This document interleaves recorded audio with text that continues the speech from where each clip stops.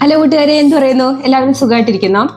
കഴിഞ്ഞ ദിവസം ഞാൻ വർഷ രമേശ് എന്ന് പറഞ്ഞ, വെറും വർഷ എന്ന് പറഞ്ഞാലായിരിക്കും സോഷ്യൽ മീഡിയ ഒരുപക്ഷെ അറിയുന്നത്, അവരുടെ ഒരു ഇന്റർവ്യൂ കാണാനായിട്ട് ഇടയായേ. RJ, actress, influencer, content creator, അങ്ങനെ തന്റേതായ രീതിയിൽ സോഷ്യൽ മീഡിയയിൽ ഒരു സ്ഥാനം കണ്ടുപിടിച്ച ഒരു വ്യക്തിത്വമാണ് പുള്ളിക്കാരിയുടെ. അപ്പൊ പുള്ളിക്കാരിയുടെ ഒരു ഇന്റർവ്യൂ ഐ ആം വിത്ത് ധന്യ വർമ്മ എന്ന ഇന്റർവ്യൂ ആണ് ഞാൻ കണ്ടത്.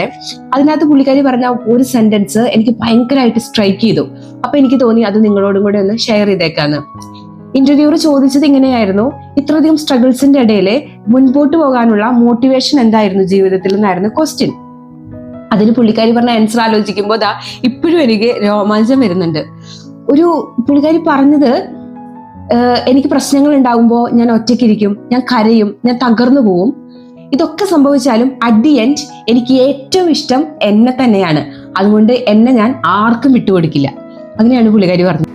അതായത് എനിക്ക് എന്ത് കാര്യങ്ങൾ നടന്നു കഴിഞ്ഞിട്ടുണ്ടെങ്കിലും ഞാൻ ചിലപ്പോൾ കരയുമായിരിക്കും, ഞാൻ കുറച്ചു നേരം ഒന്ന് തകർന്നിരിക്കുമായിരിക്കും. പക്ഷെ ഞാൻ ഏറ്റവും കൂടുതൽ ഈ ലോകത്ത് സ്നേഹിക്കുന്നത് എന്നെ തന്നെയാണ്. അതുകൊണ്ട് ഒരിക്കലും ഞാൻ എന്നെ വിട്ടുകൊടുക്കില്ല.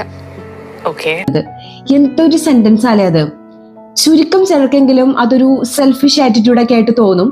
പക്ഷെ അതങ്ങനെയല്ല എന്ന് നമുക്ക് മനസ്സിലാവണമെങ്കിൽ നമുക്ക് ജീവിതത്തിലെ ഒരുപാട് അനുഭവങ്ങൾ വേണം. നമ്മുടെ അനുഭവങ്ങൾ കൂടെ മാത്രമാണ് ഈ സെന്റൻസിന്റെ ഒരു വാല്യൂവും വ്യാപ്തിയും ഒക്കെ,